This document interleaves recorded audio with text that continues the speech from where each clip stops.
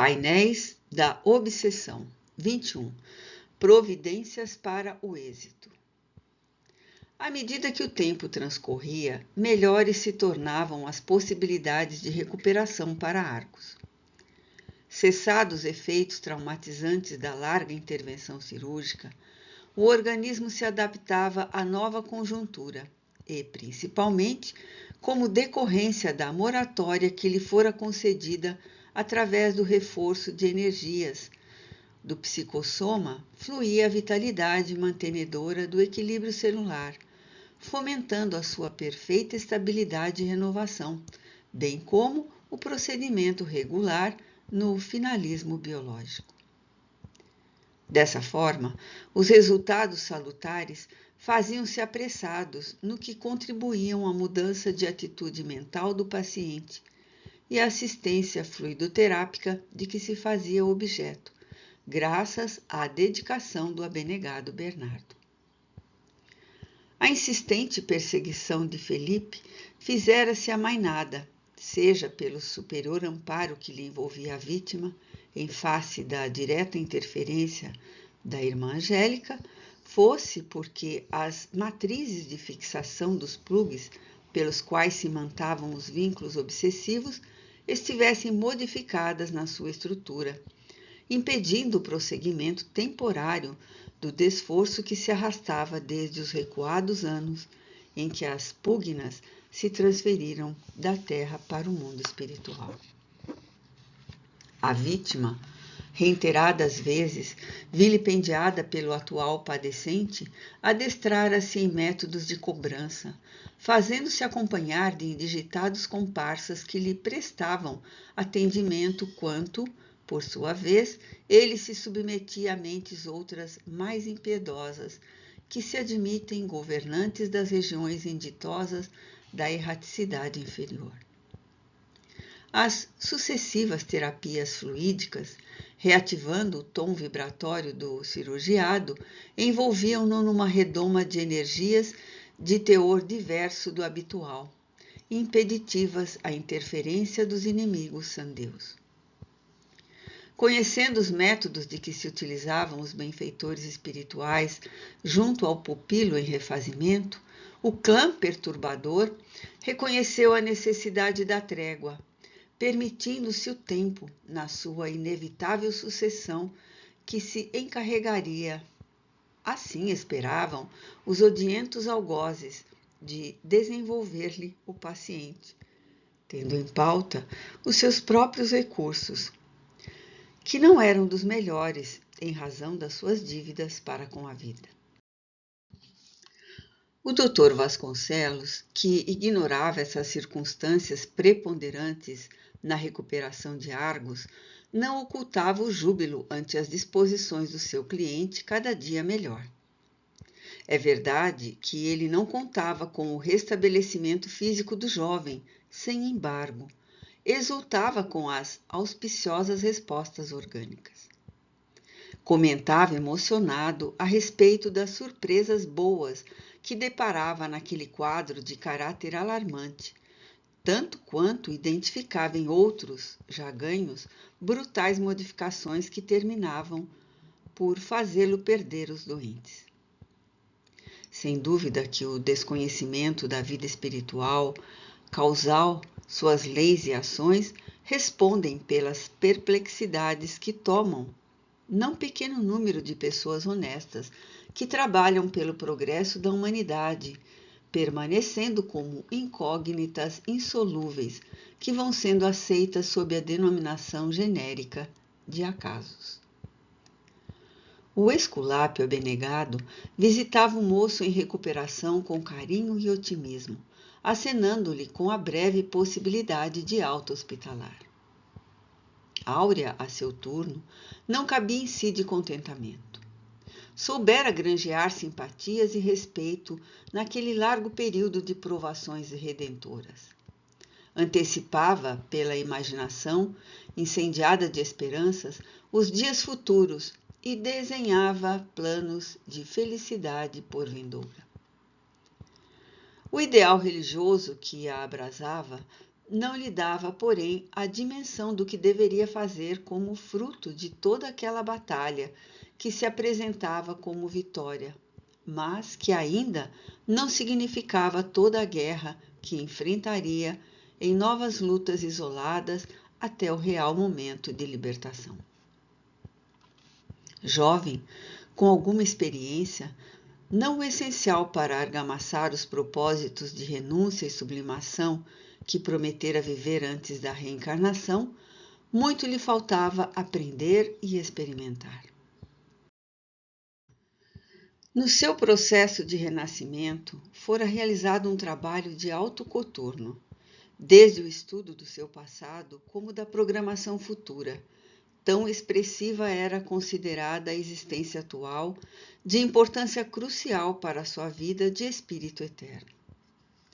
A veneranda irmã Angélica avalizara pessoalmente o seu retorno, investindo seus títulos de enobrecimento e intercedendo junto aos programadores especiais de reencarnações, porque acolhera os propósitos de crescimento da afilhada espiritual, que se comprometia a trabalhar e trabalhar, transformando-se em mãe da carne alheia e irmã dos filhos do Calvário, cujo ofertório de amor transformaria o ontem em esperança de amanhã ditoso. Examinados os seus compromissos e diante dos recursos que se lhe ofereceriam, organizou-se o reencontro com Argos como parte essencial da sua e da elevação dele, na busca do refazimento moral perante os códigos da vida.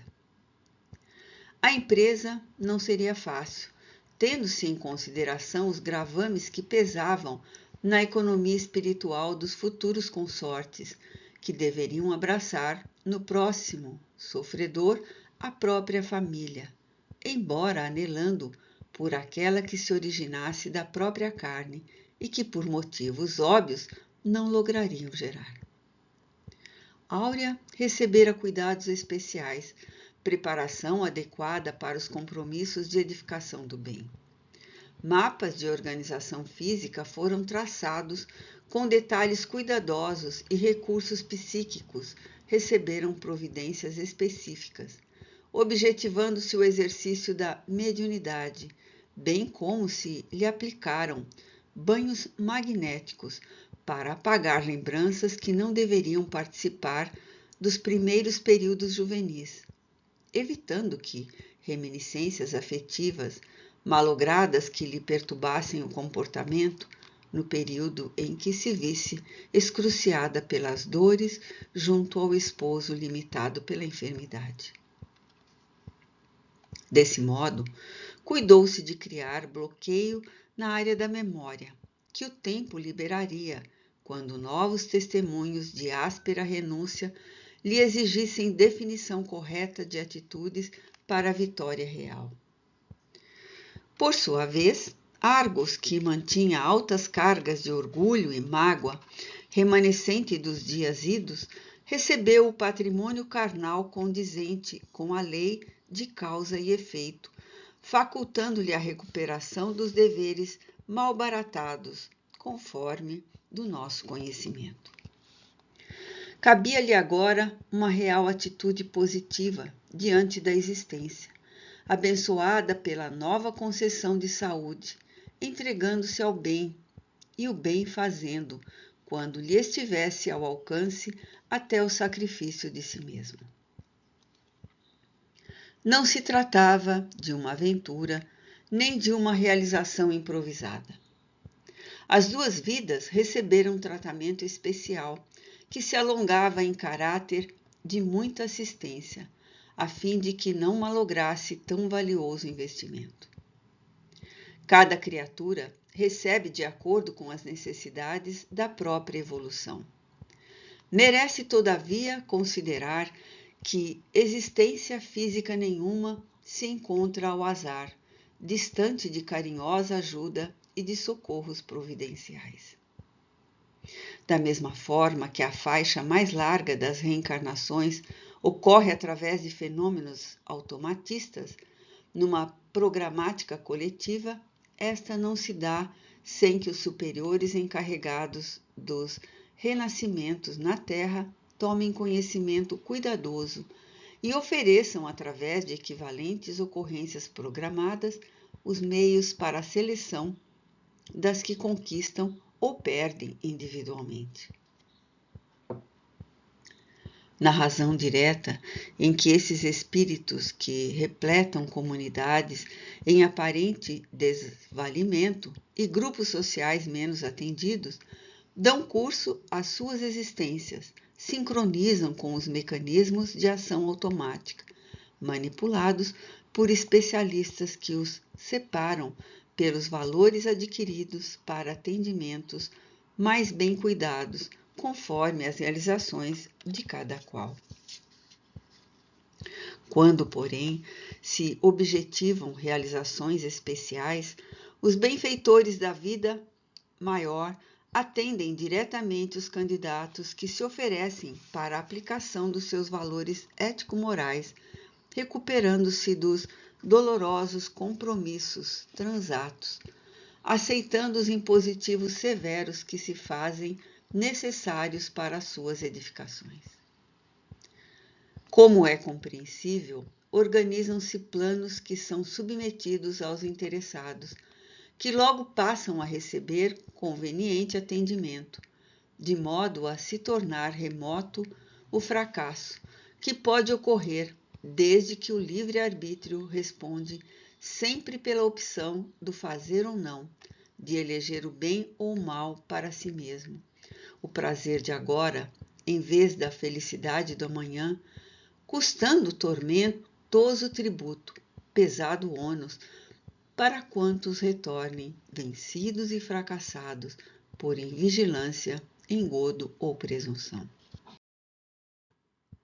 Sob este ponto de vista, os nossos irmãos conheciam inconscientemente, embora, as responsabilidades que lhes diziam respeito e várias vezes se lhes faziam recordar quando dos reencontros na esfera dos sonhos. Como resultado de todas essas providências, chegava um momento em que lhes encerraria outro capítulo da existência corporal, para iniciar-se a etapa mais delicada em campo novo de ação, onde ambos deveriam esforçar-se por prosseguir fiéis ao Senhor e ao bem que lhes cumpria realizar. Todos nós nos encontramos incursos neste procedimento, que é o de lutar pelo aprimoramento íntimo, aplicando todas as forças para vencer as más inclinações e burilar as tendências superiores, tornando-as mais sensíveis às conquistas espirituais relevantes. Este é o grande desafio da reencarnação, em esforço diário, constante e especial.